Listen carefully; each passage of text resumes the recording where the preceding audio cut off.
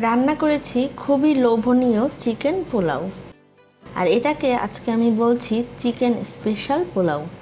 কেন এটাকে special chicken pulao বলছি, এটা রান্না করব যখন তখনই আপনারা বুঝতে পারবেন। খুবই মজাদার এই লোভনীয় স্পেশাল চিকেন পোলাওয়ের রেসিপি আজকে আপনাদের সাথে শেয়ার করব। আশা করছি আপনাদের কাছেও ভালো লাগবে। যদি ভিডিওটি ভালো লেগে থাকে তাহলে অবশ্যই নিয়ান্স কুকিং ডায়েরি চ্যানেলটি সাবস্ক্রাইব করুন এবং পরবর্তী ভিডিও দেখার জন্য এর পাশের বেল আইকনটি ক্লিক করুন। এতে করে পরবর্তী ভিডিও নোটিফিকেশন আপনারা পেয়ে যাবেন। চলে যাচ্ছি তাহলে সরাসরি মূল রান্নায়। একটা বড় কড়াইতে অ্যাড করে নিচ্ছি প্রায় আধা কাপের মতো সয়াবিন তেল। দিয়ে দিচ্ছি কয়েক টুকরো আলু। আলুর সাথে দিয়ে দিলাম প্রায় 1 চা চামচের মতো লবণ।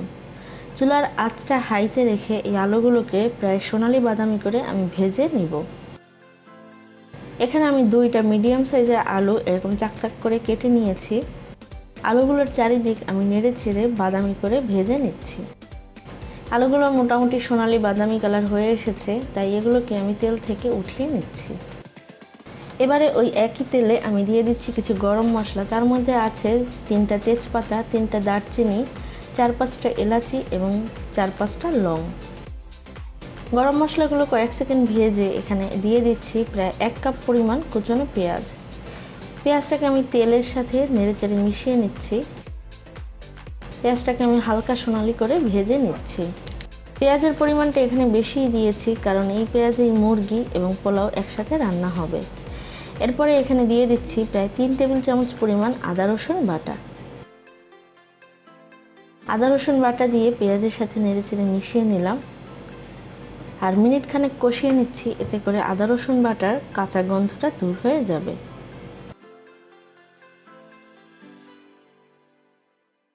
এখন দিয়ে দিচ্ছি 2 চা চামচ ধনিয়ার গুঁড়ো এবং 1 চা চামচ জিরার গুঁড়ো। এগুলো দিয়েও আমি পেঁয়াজ এবং আদা রসুনের সাথে নেড়ে মিশিয়ে নিলাম। মশলাগুলোর পরিমাণটা একটু বেশি, কারণ চিকেন এবং পোলাও টোটাল এই মশলাতেই রান্না হবে। এখন দিয়ে দিলাম 2 চা চামচ লাল মরিচের গুঁড়ো। লাল মরিচের গুঁড়ো দিয়েও মশলার সাথে নেড়ে মিশিয়ে নিচ্ছি।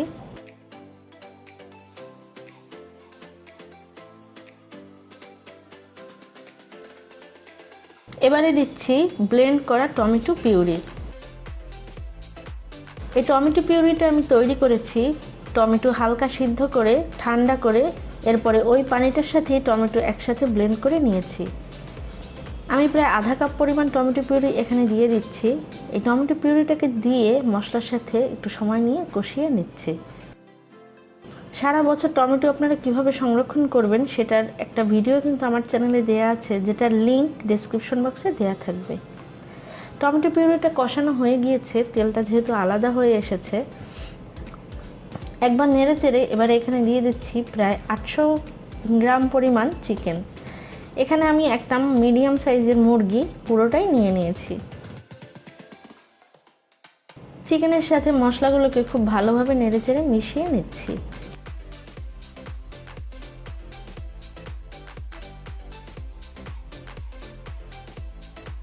সবশেষে দিয়ে দিচ্ছি লবণ।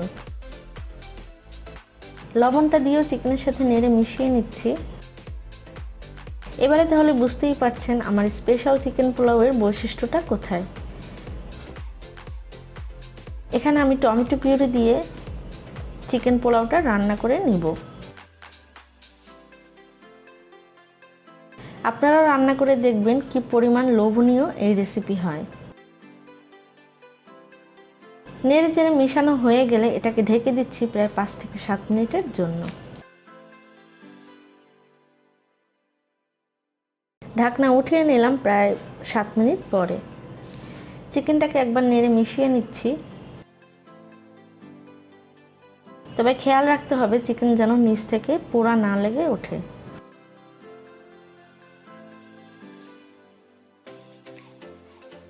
আমার চিকেনটা রান্না হতে খুব বেশি সময় লাগবে না, যেহেতু এটা একটা বাচ্চা মুরগি ছিল। এখন এখানে বাকি টমেটো পিউরিটিকেও আমি অ্যাড করে দিচ্ছি। চিকেনের সাথে টমেটো পিউরি আবারও নেড়ে মিশিয়ে নিচ্ছি। অর্থাৎ এই চিকেন রান্নায় আমি কোনো পানি ব্যবহার করিনি, এই টমেটো পিউরি দিয়েই আমি চিকেনটা মোটামুটি সিদ্ধ করে নিব। আবারও এটাকে ঢেকে দিলাম প্রায় 10 মিনিটের জন্য। 10 মিনিট পরে ঢাকনা উঠিয়ে চিকেনটাকে নেড়ে মিশিয়ে নিচ্ছি। চিকেনটা চেক করে নিয়েছি, মাংসগুলো মোটামুটি সিদ্ধ হয়ে এসেছে। তাই একটা চামচ দিয়ে শুধুমাত্র চিকেনগুলো আমি একটা প্লেটে উঠিয়ে রাখছি। মশলাগুলো কড়াইতেই থাকবে।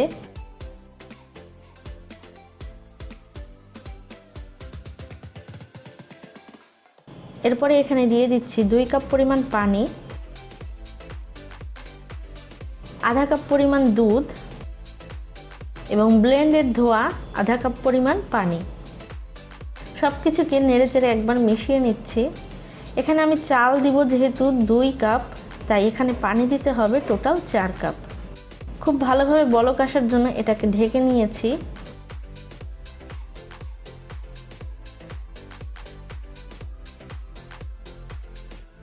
পানিটাকে নেড়েচেড়ে এবারে এখানে দিয়ে দিচ্ছি ধুয়ে পানি ঝরিয়ে রাখা 2 কাপ পরিমাণ পোলাওয়ের চাল। 2 কাপ পোলাওয়ের চালের জন্য লাগবে পানি 4 কাপ। সেই সাথে এখানে কিছু দিয়ে দিচ্ছি 8 থেকে 10 টুকরো ভাঙা কাঁচামরিচ। কাঁচামরিচটাকে দিয়ে একবার নেড়ে খুব ভালোভাবে মিশিয়ে নিচ্ছি। ঢেকে দিচ্ছি 2 থেকে 3 মিনিটের জন্য প্রপারলি বলক আসার জন্য।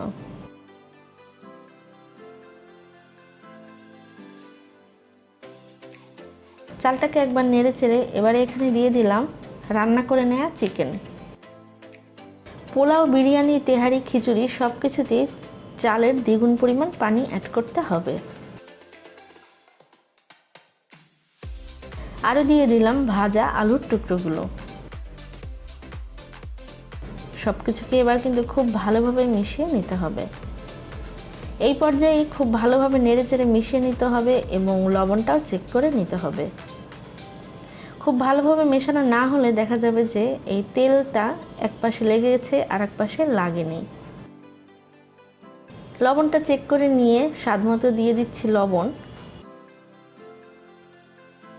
এবং সেই সাথে 1 চা চামচ পরিমাণ চিনি।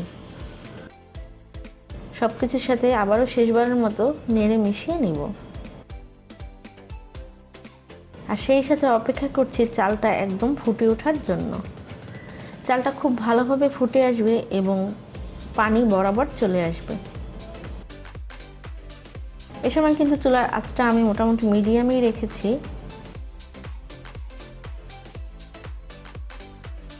তেল মশলাকে আমি ভালোভাবে নেড়ে চালের সাথে মিশিয়ে নিলাম।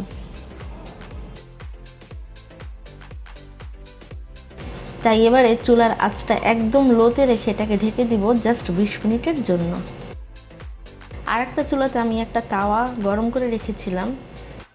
সেই তাওয়ার উপরে আমি আমার চিকেন পোলাওয়ের কড়াইটা রেখে জাস্ট দমে রেখে দিব 20 মিনিট। উঠিয়ে নিলাম একদম 20 মিনিট পরে।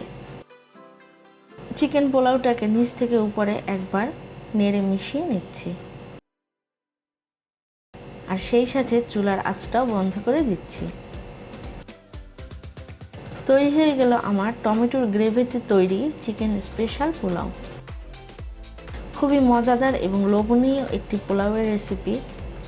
আসছে ঈদে কিন্তু আপনারা খুব ইজিলি ট্রাই করে নিতে পারেন। আর এটা কিন্তু আপনারা চিকেন ছাড়া গরু কিংবা খাসি দিয়েও রান্না করে নিতে পারবেন। আশা করছি আজকের এই ভিডিওটি আপনাদের ভালো লেগেছে।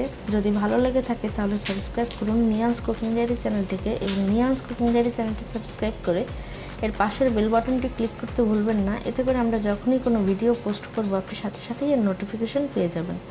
চলে আসবো আবারও কোনো নতুন রেসিপি নিয়ে। ভালো থাকুন, সুস্থ থাকুন।